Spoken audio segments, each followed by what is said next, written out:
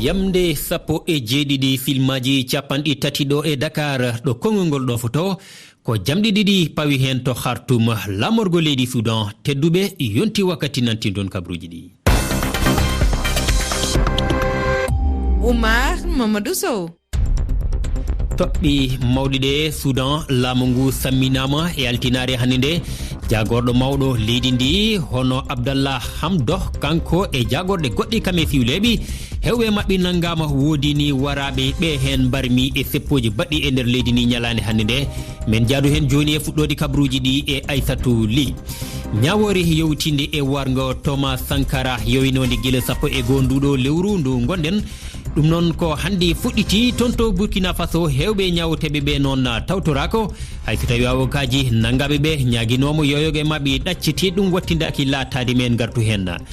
Jagorgal daranigal hakkude leydi Mali e caggal leydi yaltini cimtol e betawe he ɗum ko hollide wonde nulaɗo CEDEAO joɗiɗo to Mali yo yaltu e nder ndiɗo leydi ko balliɗi sotto o rokka gam hawrude kaɓirɗe makko. Tedduɓe koni woni toɓɓe mawɗi ɗe joni piren pacciren.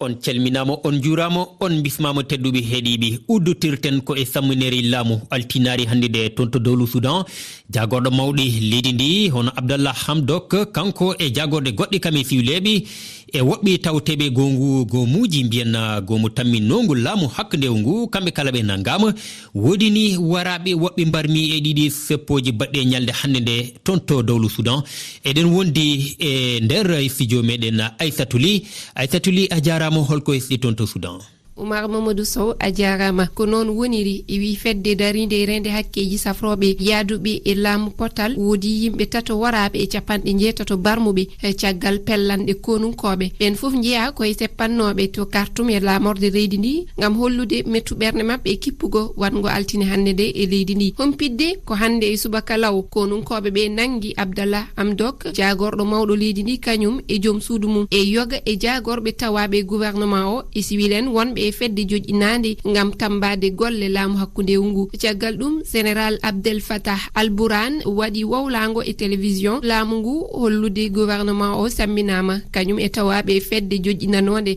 gam hawjude e andinde wona hankadi koye gonka heppere walla mbiyan leydi ndi laamoraka e doygal ujune ɓiɓɓe leydi ndi jalti seppude e dow laawi ɗi hollude jadani feyi e ngu kippugu pelle mawɗe adunaru ndu kañum enne kolli jadani hen yeru ONU noddi nde nangaɓe ɓe goppete no yawiri sariya ɓamanode caggal samminere laamu Omar El Béchir e hitande ujunaji ɗiɗi e sappo e jeenayi gollire woteji mbaɗe e hitande ujunaji ɗiɗi e nogas e tati fedde dental leydi Europe woni UE kañum kam dardi internet taƴaɗo o artire.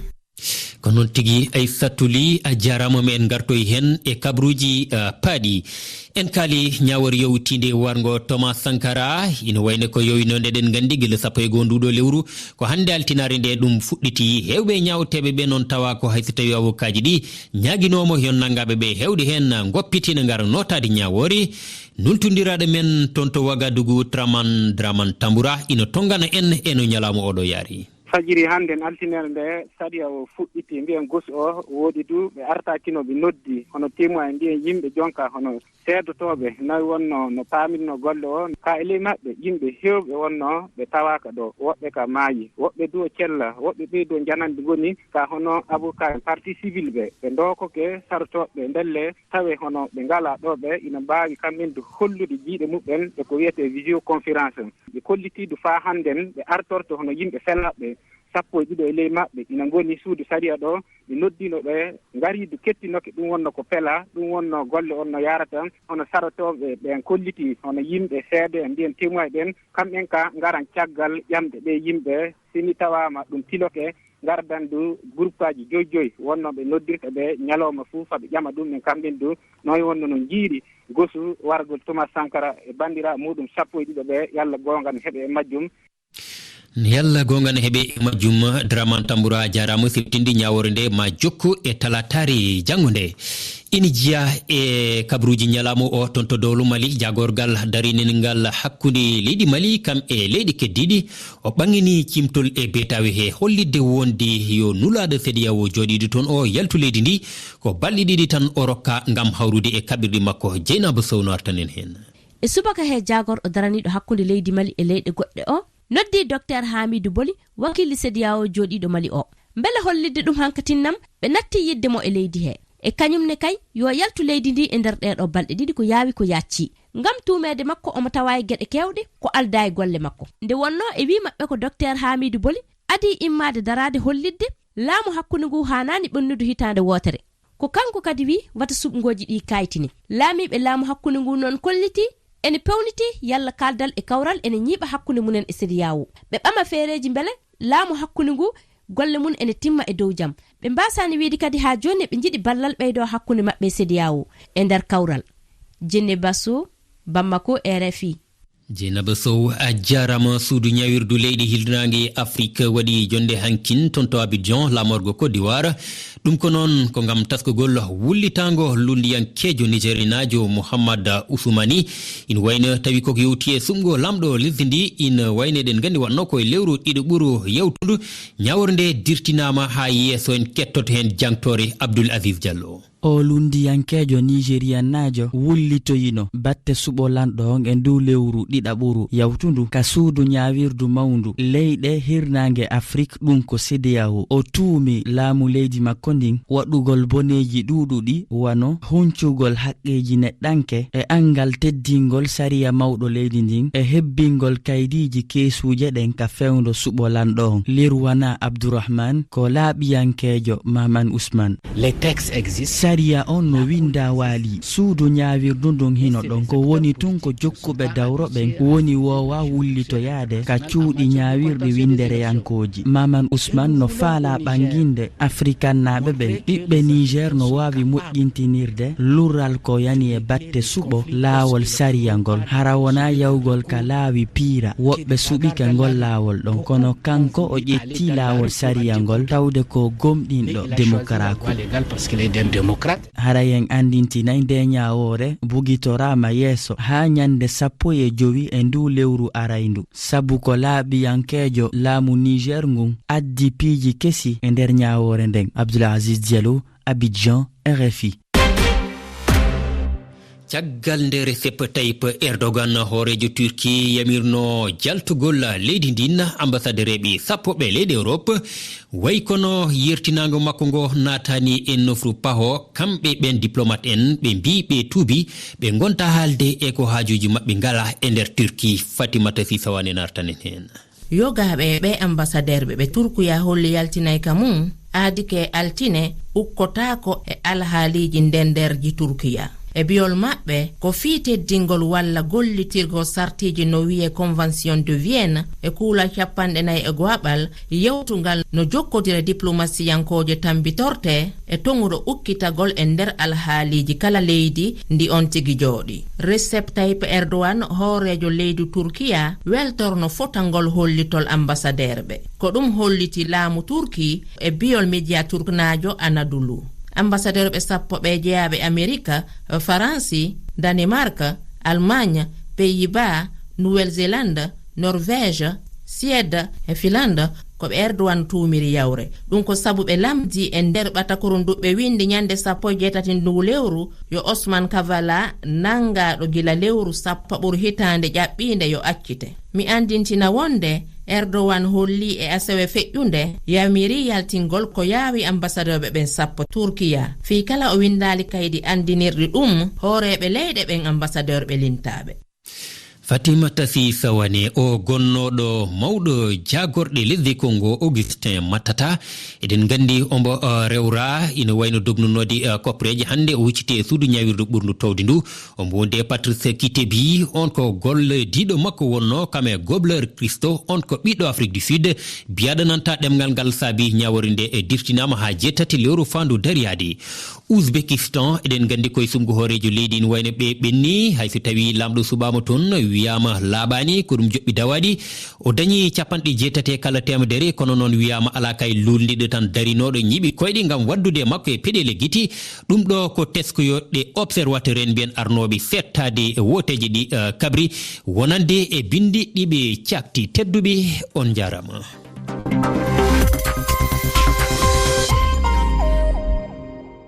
yamde 17 filmaji capanɗe 4 yoni to Nouakchott lamorgo Mauritanie. Oumar Mamadou Sow. E nder ndeɗo rogere ɗimmere to leydi Mauritanie ko cosgol duɗal heblo ngam haɓade ko fayte kaddingol sukaɓe rewɓe ko toon hande jangtore meɗen mawde e jogori nayorade men jaade nultodiraɗo men toon Hammata Diallo hande e altinare nde yewtere men on tottama konngol on hollitino miijoji mon ko fati e tumodiral wangal e yontere ƴaɓɓini nde hakkude immiɓe dental leydi adunaru oni e hooreɓe Mali ngam yewtude ko fati alhaali dawro leydi ndi ka lawol gandal e needi en yewtay hande fi gurdam defte e ɓaawo argol karale kese men jaadoy hen e Oumouba e ha joni sakkidde kabruji ɗi.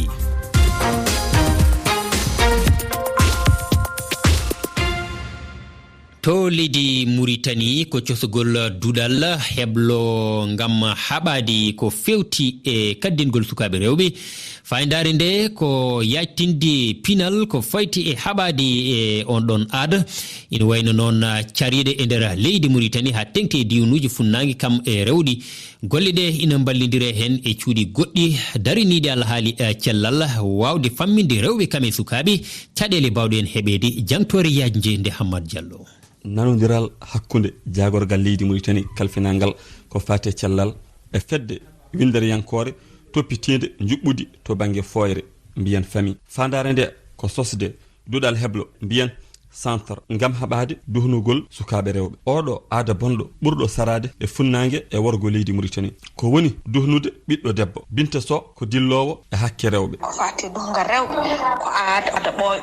ɓe nanga ɓiɗɗo debbo ɓe duhna ɗum walla ɓe taƴa wode tergal ngal e ɓandu muɗum ɓe taƴa ngal tergal enen kam fulɓe e soninkeɓe ko aada baɗateɗo hen fulɓe e soninkeɓe kam ewo woni ande yimɓeɓe hen wondene ko hino moƴƴi wonde debbo ko waɗa ɗum hay heɓen ka ƴeewini e lesɗe leƴƴi fulɓe leñol fulɓe joni neɗɗo ko waɗaka noon debbo ko waɗama noon waɗaka noon wiyete ko ɓirata wiyete ko nelataki wiyete ko neɗɗo baɗɗo soɓ neɗɗo waɗaka noon on neletaka walla o yahtaka walla gueɗe kewɗe heɓe nefa ɗum dal andinore fedde windere yankore ko fate cellal yumma e suka duhnude suka debbo ko tajje tergal ndewago wonande terɗe gonde ɗe boowal ina addana rewɓe caɗele mawɗe kaddi gurdam holto oɗo aada ummi ko aada tan ala ɗum immi ala ɗum fayi ko fara ina mbaɗatnomo ko ɓooli ewo joni hay goto waɗatam tan ko yimɓeɓe pinani yimɓeɓe ɓe ganda ɓe toppitaki cellal mabɓe wona cellal sukaɓe ngal ɗo nanodiral hakkude ndeɗo fedde windere yankore e leydi Mauritanie ko ɗamina hen ko ɓeydude pinal e yaccinde nokkuji cafrirɗi e rewɓe heɓɓe ɗeɗo lepte e walliddeɓe gam abbitade rendo hina ñawna to banggal debbo to banggal belanme hoore mum ewo ko wona ɗum kadine to banggue ɓesgu wondene debbo baɗa ngal tergal ko ittama hina adda caɗele to banggue ɓesgu gueɗe mbaɗe noon so yeehi ha woni cowiɗo sana dañco hina daña caɗele gueɗe mbaɗe ewo ko wona ɗum kadi heɗen gandi hina wiye wondene heɗen nana woodi yimɓe hewɓe woni fandare ma ɓe mbiya wondene debbo so ngal tergal ittama e mum wondene hina haɗa ɗum wasa wonde neɗɗo cuusɗo worɓe e ɗum ɗo kadine ala dalilu ko haala tan ala dalilu kadi heew ɗum wadde ko rewɓe nayeɓe kadi ɓe ngala expérience koɓe jibinama tan ɓe tawi taniɓe mabɓe walla yumɓe mabɓe ina nanga ɓiɓɓe sukaɓe rewɓe surtout ñande inde ñande heewi waɗede ko ñalawma dewɗo e inde cukalel deyel nangue e waɗe gueɗe waɗe ngal tergal itte gueɗe mbaɗe noon ewo hina wara e hitande ujunnaji 2007 leydi Mauritanie fuɗɗima heblude sériyaji ngam haɓade oɗo aada Coumba Dada Kane ko dibité ƴettude cukalel dewel tan en seeha ɗum yoɗani au 21e siècle hande foti accede te les associations féminines enen kaɓe ɗum kono koreji men wonɓe he ladde nde hay joni enen mbaɗ ɗum minen en tant que député minen ñaaguiɓe yooɓe tinno eɓe balla men eɓe gacca keɓe mbaɗata ko sukaɓe saabu ɗum ɗo en wawi addude ñaw jangge jaam he cukalel ko heewi responsabilité ko laamu ko darade ko hadde ɗum s'il le faut bon prendre une loi pour ça anani de haaɓa ɗum société civile ne won rôle mum ko yaade he village uji ɗi haaldude e familleaji ɗi ɗum ɗo so neɗɗo waɗani ɗum ne haydara bonnanta ɗum donc mataw so waɗi ɗum ko nden bonnata kono joni kam laamu so wawi ƴettude loi ko fayte ɗum ɗon pour hadde yimɓe wadde ɗum en moƴƴi société civile ne daro hen. teskama duhnugol rewɓe ɓuri sarade ko woni nokkuji ko wayno diwan guiɗima ina tolno e 90 e nder kala temedere e sukaɓe rewɓe ko duhnaɓe togorgol yotto 76 e nder kala temedere wonande guure mawɗe ko wayno wuuro Nouakchott oɗo aada ustima no feewi e fawade e golle laamu e tindinoje sernaɓe hollitiɓe oɗo aada yaadani e diine l'islam Yaya Touré ko dillowo e hakke debbo. mbaɗa andi kam no waɗi fatwaji luwardi mbaɗaɗi hen ɗi aussi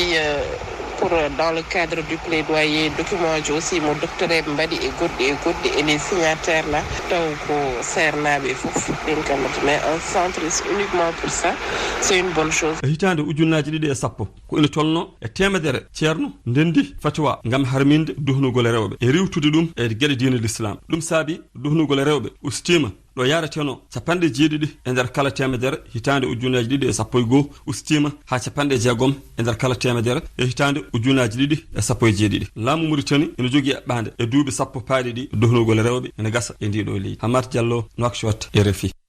Hamat Diallo gollima juuɗi peewi yonti ƴeewiyen tedduɓe ko yogo e mon kalno miijoji moɗon e yewtere men on tottama konngol alhaali jonde wande e yontere ƴaɓɓinde nde immade e ɓe ganduɗa ko nelinoɓe fedde adunaru ONU kam e hooreɓe leydi Mali ko yogo e mon kalduno e Fatoumata Sissawane. Idriss Dat Nouakchott hono gargol woni Mali ɓe kaali toɓɓe ɗiɗi pour élection aji o mbanni mbenode ɓe jiiɗa kadi Wagner uji gara Mali sede yawonde er toon ñanden ko ka ɗon tan haali donc firti ko France ne Nations Unies foof Union européenne foof kañumen ko ɗum yiiɗi hankandi ko en ƴeewat tan ko ha ko yaltoyta ɗo e balɗe so tawi laamu Mali ne jaɓa wadde keɓe kaali ko so tawi laamu Mali jaɓani wadde ha ƴeewen so tawi hol sanction ngaji baɗoji e laamu Mali. korka balɗe ɗo Espagne Mali e ɓe kinno joɗode ɓe jewta dal ha ɓe paamodira oɗo waktu si ɓe mbaɗi élection tan e ko he laamu ɗum woni he tan ɓe mbatta ɓen tan mbawta yaade mbotoya e wonɓe e dowri he ɓe mbawata wotoyde leydi noon si ɓaŋirama noon ndi deƴata dal manam on tuma lamɗo o woni dictateur lamɗo o ko ma yimɓe ɓe leydi ndi ɓe foof mbota noon mo woteɗi noon haade mbadde ko ma leydi ndi jogo ndenagu min noon no jirumi Mali ni ndenagu Mali ɗi sattini to leydi ndi ɗi heewi leñamagu ha ɓurtiti ɗo ɓe kinno joɗode ɓe jewtida man ɓe mbaɗa élection ji. Allah e seeko bari ko ɗo wara imminaga to adunaro to hucciri e laamu Mali o kabar ko laato woteji mabɓe ɗi haalde haala woteji ɗum ko hana haalede kafon fe ko hane haale de Allah no deƴere wartete leydi Mali ndi ɓurta nafude Mali hande diina hono kabar vote o sabi ko andirton ɗum nde hitande nde 2013 nde kanko IBK nde warta fo jooɗo hono wiyde premier mandat makko te leydi nan wondi tiiɗal ɓe mbi so ni o neɗɗo heɓama wattanama jooɗeke démocratique ma fof ɗum wara base o wara timma dow ɗum nden IBK jooɗeke fa timmina premier mandat muɗum base o timmade fa ɓammi déjà mandat base o ka ɓeydu jaate nden fa hande so on base goto ne heddi leydi so wiyama kasen fa hono vote waɗe dow ɗum wawa sellude. Baray Boli e Sénégal gargol dental leyɗe Bamako ɓe juɓɓina woteji ɗi ene moƴƴi kono ene tiiɗi woteji ɗi juɓɓo ndenago ala wote wawa wonde hen kala mo wina waɗa wote Mali hande Mali wona leydi deƴude nokkuje fuu ko nanga Bamako tan wona Mali nden noon hay tawa ɗi wote hande wote o yuɓɓatako kadi wonan hay sunno e mbaɗa ino ɓurno e mbaɗi nden noon wote o soɓe mbawi ay pelle aduna ɗe mbawa yaadude e laamu o ɓe kawra to wote o no foti o waɗirta hitande honde o watta nde so ɓe kaali ɗum ma moƴƴu. On tottama konngol musidɓe tedduɓe e talata ñande 26 en yewte fingo ciwlo laamu waɗungu Sudan ko honno hiruɗon fi kañum ciwlo laamu gun holko waɗi si ɓiɓɓe Sudan no lamdi laamu konun ko nelde men miijo mon ko yowiti e toɓɓere nden ka kowal 221 capanɗe 7 temeɗɗe 6 sappo e ɗiɗi e capanɗe 6. Oumar Mamadou Sow tedduɓe heeɗiɓe RFI fulfulde ko weltare e weytare mawde wonano min yettinande on kabruji ɗi e ɗemgal fulfulde